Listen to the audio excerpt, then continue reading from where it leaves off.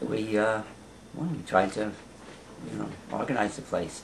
There were other people that had started it, but eventually I became the lead person working on trying to get it organized. Right.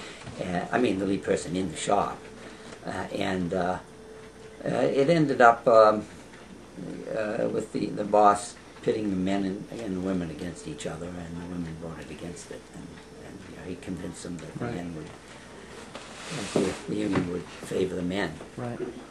And that's how it was.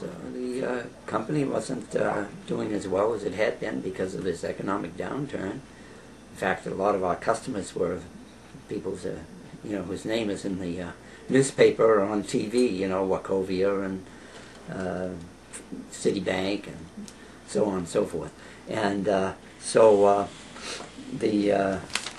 they had to let some people go. A few people were let go earlier. They were actually the week before I was, and those people were walked to the door.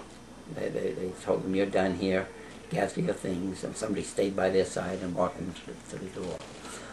They didn't do that with me, but they were going to let 30 more people go on the 7th of January, and I was working the 6th, and I actually worked late to try to get some work out.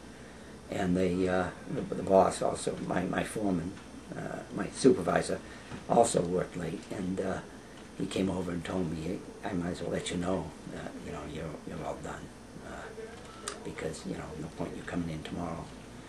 And so I went into his office with him, and he called me in, and they had everything printed up and all that. It all came down from Human Resources. It was all set up. And that was it. I was just chosen to be the one of the people to be let go. And the odd thing about it is I'd worked there 14 years. I had trained another person to be on second shift. They didn't have enough work on second shift. And of course they were there less than a year, a little less than a year. And they kept them and let me go. At the time that we were organizing, if we had the Employee Free Choice Act, we probably would have, if that other business would have passed, we would have gotten enough cards.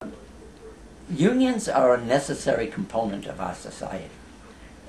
We wouldn't have, 40-hour week if it wasn't for unions. There's all kinds of things that wouldn't be happening if the unions hadn't been strong in the area when the unions were strong. And also, they would have been a powerful force in making sure that these things, these progressive things that were done in society, did not get taken away.